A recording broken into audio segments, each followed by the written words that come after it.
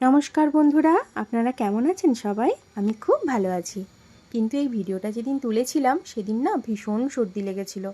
Normally এখন আমার মায়ের সাথে রোজ ফোনে কথা বলা হয়ে ওঠে না, এসএমএসেই কাজ চলে যায়।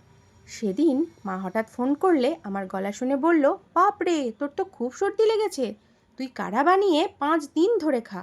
আমি বললাম, মা একটু রেসিপিটা ভিডিও করে দেবে গো, আমি বন্ধুদের সঙ্গে শেয়ার করব। অনেক বলাতে মা রাজি হয়ে গেল। সেটাই আমি শেয়ার করছি। তেজপাতা, যষ্টিমধু, তুলসী পাতা, লবঙ্গ, দারচিনি আর আদা নিয়ে নেওয়া হয়েছে এখানে। আর তার সাথে আছে মধু আর জল।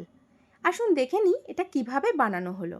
আপনারা অনেকেই কাঢ়ার রেসিপি জানেন, তা আপনারা কে কিভাবে কাঢ়া বানান সেটা আমাকে অবশ্যই লিখে জানাবেন। আর যারা বানিয়ে খাননি তারা অবশ্যই খাবেন। এই শীতের শুরুতে আপনার শরীরকে এই কাঢ়া দেবে অনেকখানি ইমিউনিটি। আর যাদের সর্দি লেগে আছে, গলা খুসখুস করছে, তারা তো কাঢ়া খেয়ে অনেক আরাম পাবেন। যাকগে, এবার সমস্ত উপকরণগুলো ওই জলটা ঢেলে দেওয়ার পর দিয়ে দেওয়া হলো ধুয়ে ধুয়ে। আর কিছুই করতে হবে না, গ্যাসটা বাড়িয়ে শুধু ফুটতে দিতে হবে। এই অবস্থায় আপনি গোলমরিচও দিতে পারেন।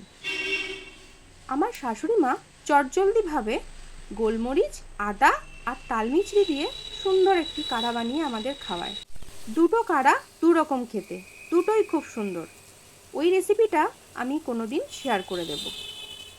ব্যাস, এইভাবে জলটা ফুটতে ফুটতে জলটা যখন 1 গ্লাস থেকে কমে হাফ গ্লাস বা তারও একটু কম হয়ে যাবে তখন ছেঁকে নিতে হবে।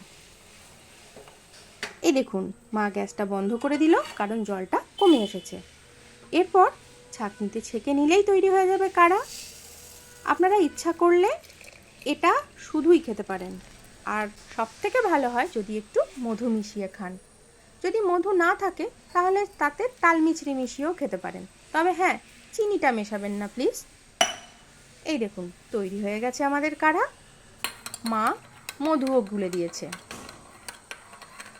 ব্যাস, এভাবে এনজয় করে নিন।